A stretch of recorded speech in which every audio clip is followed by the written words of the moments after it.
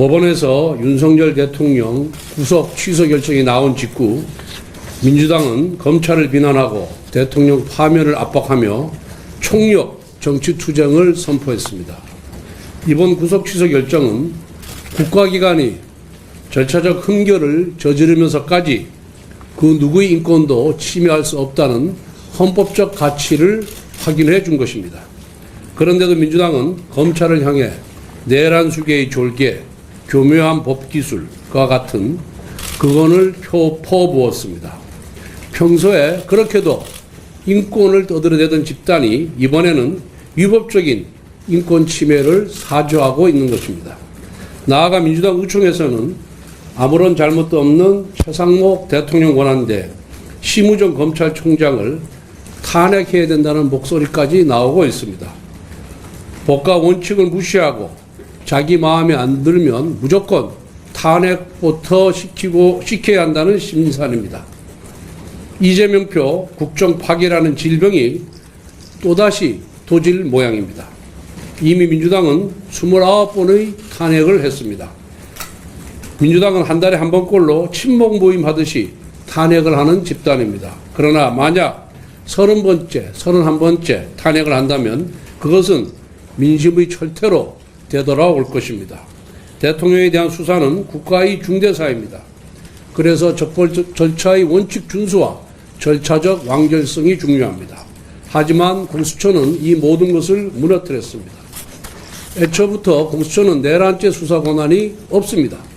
대통령을 수사할 만한 능력도 없었습니다. 이처럼 자격도 없고 능력도 없는 공수처의 무면허 수사 폭주가 위법과 탈법의 쇠사슬로 대통령을 올가맨 것입니다. 그리고 공수처를 준연동형 비례대표제와 정략적 거래를 통해 탄생시킨 것도 바로 민주당입니다. 즉 민주당은 자신이 만든 공수처라는 괴물에게 수사 폭주를 사주해 놓고 이것이 실패하자 분을 못 이겨 악다구니를 하는 것입니다. 헌법재판소와 검찰에 촉구합니다. 민주당의 겁박에 휘둘리지 마십시오. 법과 원칙을 준수하십시오. 민주당 눈치를 보면서 이재명 대표에게 줄을 서봤자 돌아오는 것은 토사구팽밖에 없습니다. 궁예처럼 간신법으로 동료 의원마저 가차없이 보복 숙청한 사람이 바로 이재명 대표입니다. 사법기관의 명예는 법과 원칙을 통해 지키는 것입니다. 사법기관의 구성원이 명예를 상실하면 모든 것을 잃습니다. 그것이 법복의 무게입니다. 앞서 말씀드렸다시피 민주당의 이재명 세력은 심우정 검찰총장에 대한 탄핵 소추를 논의하고 있습니다. 이재명 세력의 탄핵 중독은 이제 형법상 특수협박죄로 다뤄야 할 지경에 이르렀습니다.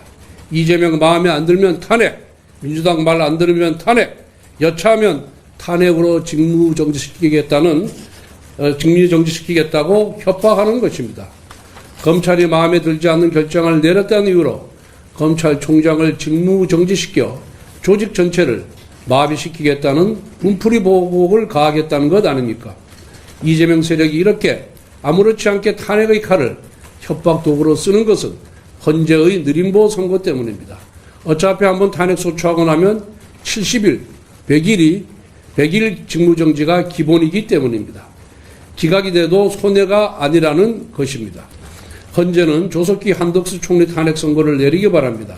그래야 이재명 세력의 탄핵 폭포에 브레이크를 걸고 국정 안정을 도모할 수 있습니다.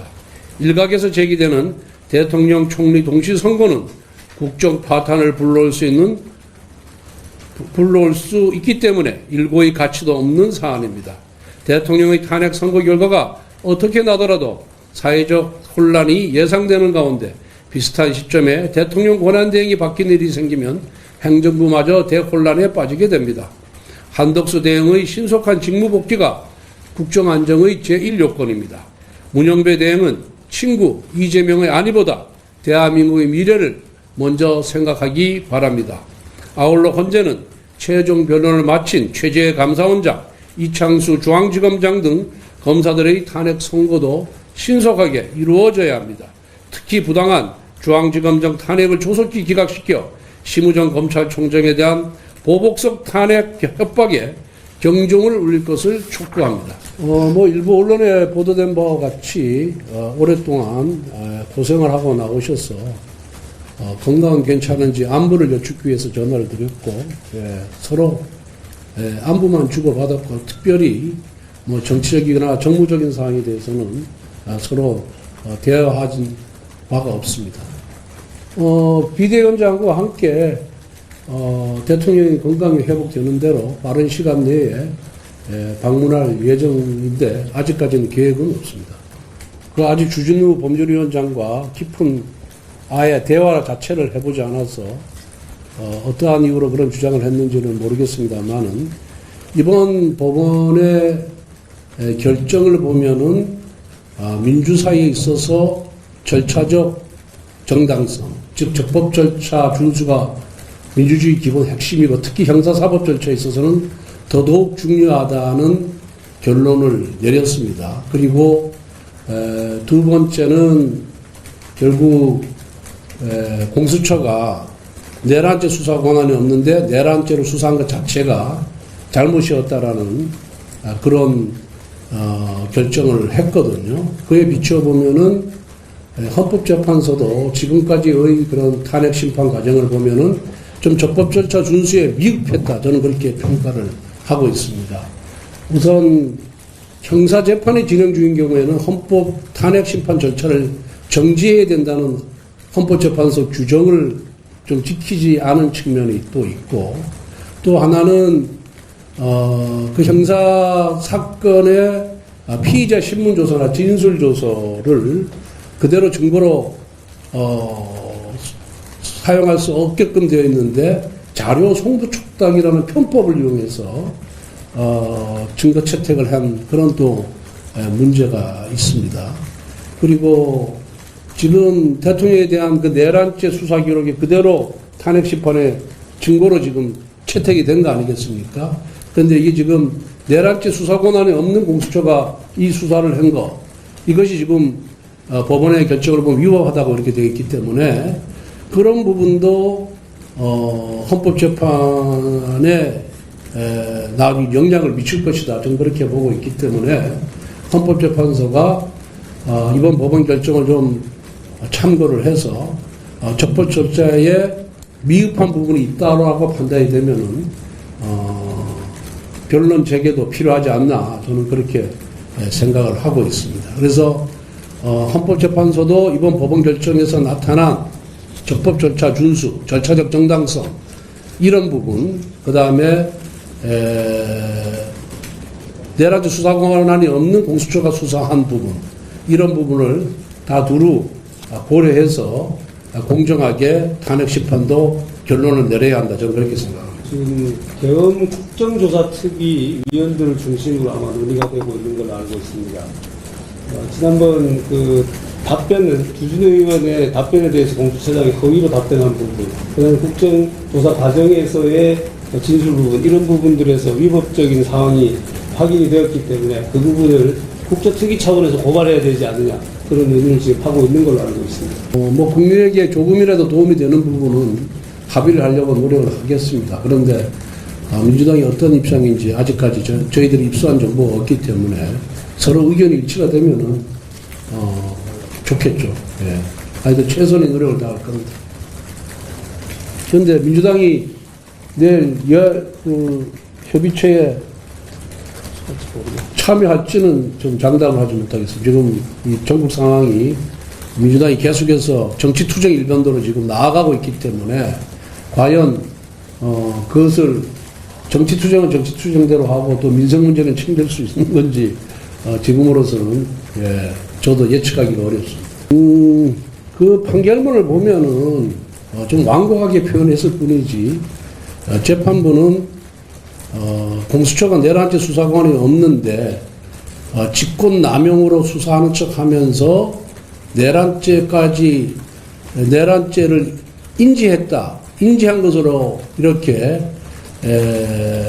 했지만은 그것이 결국 위장이었다는 것을, 그것이 공수처의 위장이었다. 처음부터 내란죄 수사를 했음에도 불구하고 마치 직권남용으로 수사하고 나아가서 내란죄를 관련 사건으로 인지한 것처럼 포장을 했다, 위장을 했다. 라고 결론 내렸다고 보면 될 것 같습니다. 인권, 헌법재판. 그리고 이미 구속 집행정지나 보석의 효과가 뭐냐면 결국 석방이거든요.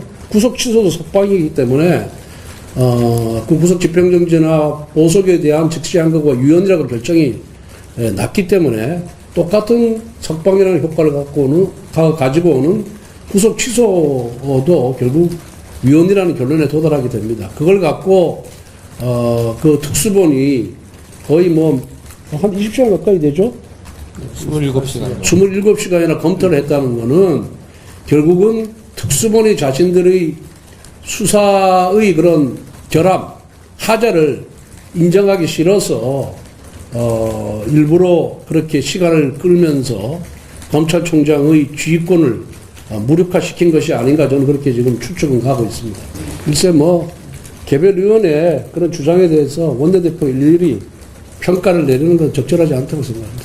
예.